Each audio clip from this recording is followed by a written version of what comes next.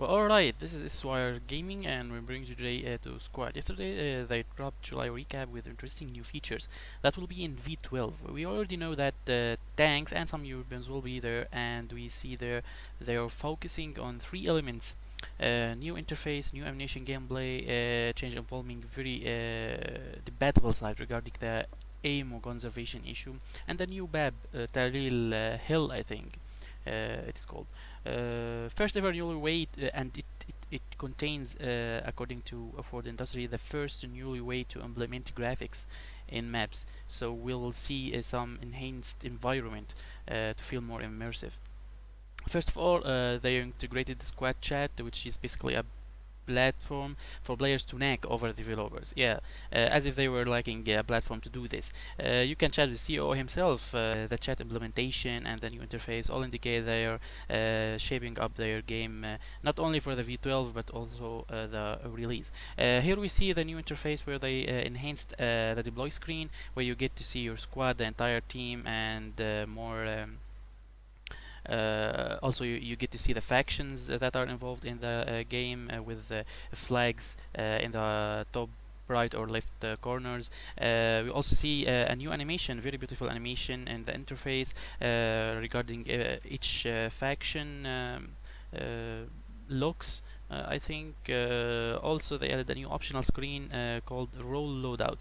Well, this role loadout, it's optional. Okay, you can learn about your weapon, for example.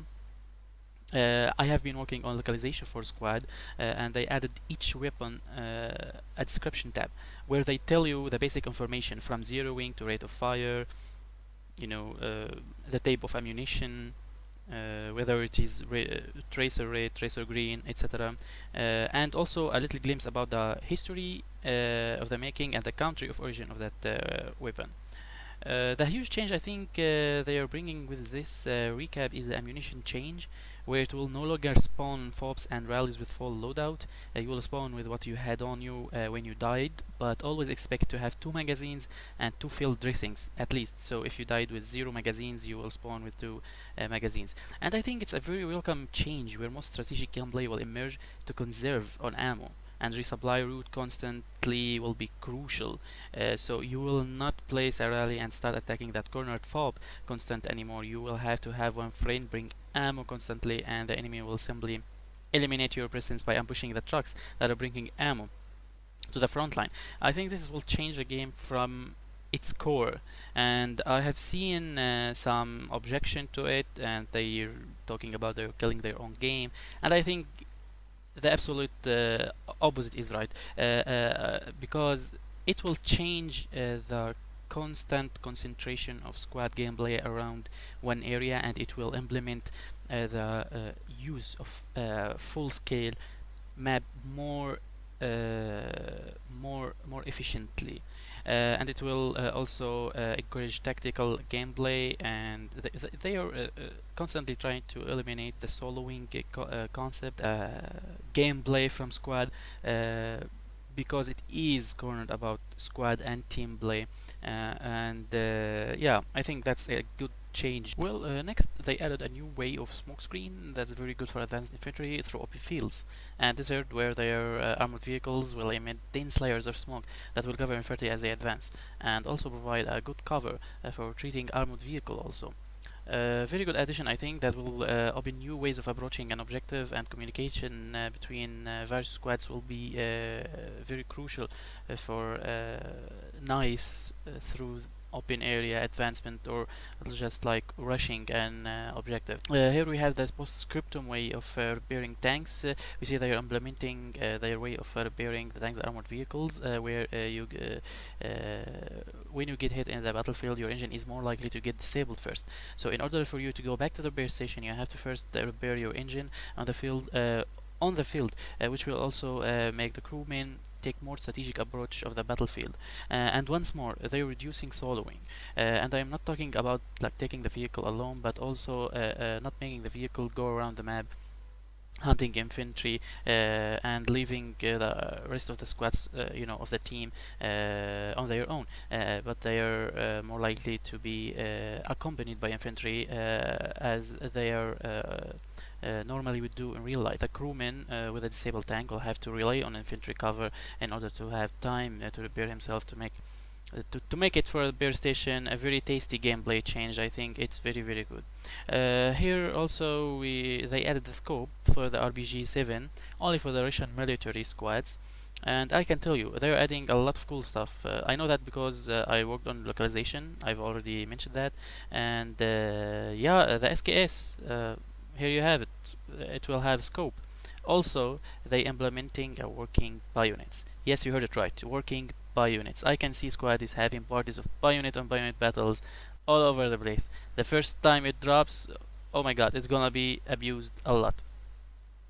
It's gonna be so much fun. And the bayonets, I think they are implementing also for the AKs and for the British. So also some development on the cornet here. Well, the cornet main feature will be the ability to fire from behind cover, and I think it's the only emplacement in squad that will let you do that, and it's gonna be very good challenge for the armored vehicles, because usually you will already know that like there is a tow over here, and like a nice suppression from small arm fire even from afar can take it out of work. And I think that the shield on cars and dushkas, the fixed dushkas and the dushkas on the cars and takis should also get improvement. I can't see much use of them. Really they are not that much used, other than like a suicide cars or like transport trucks. Nobody like rely on nice long range dushka fire because they're easily taken out by snipers or like machine guns from long range. And I don't see anybody talking about it, but I really think they're weak, and they could use better armor. Like you can look at the armor they're using in Taki's Insurgency Sandstorm.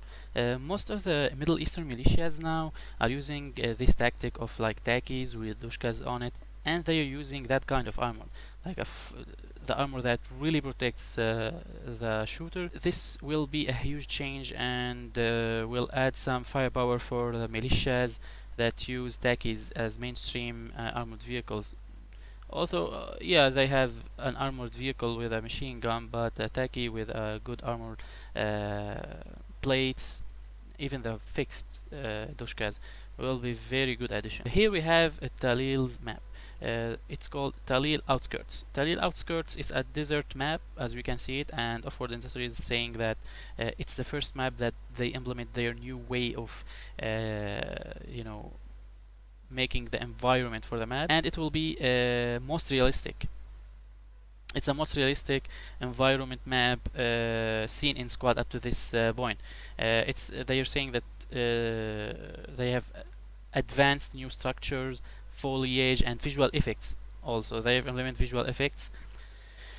Okay, we hope to ramp up the immersiveness and the whole new levels. Oh, okay, we see the new rocks here. They look like a lot like rocks we see in desert map of Battlefield 1. They are very similar.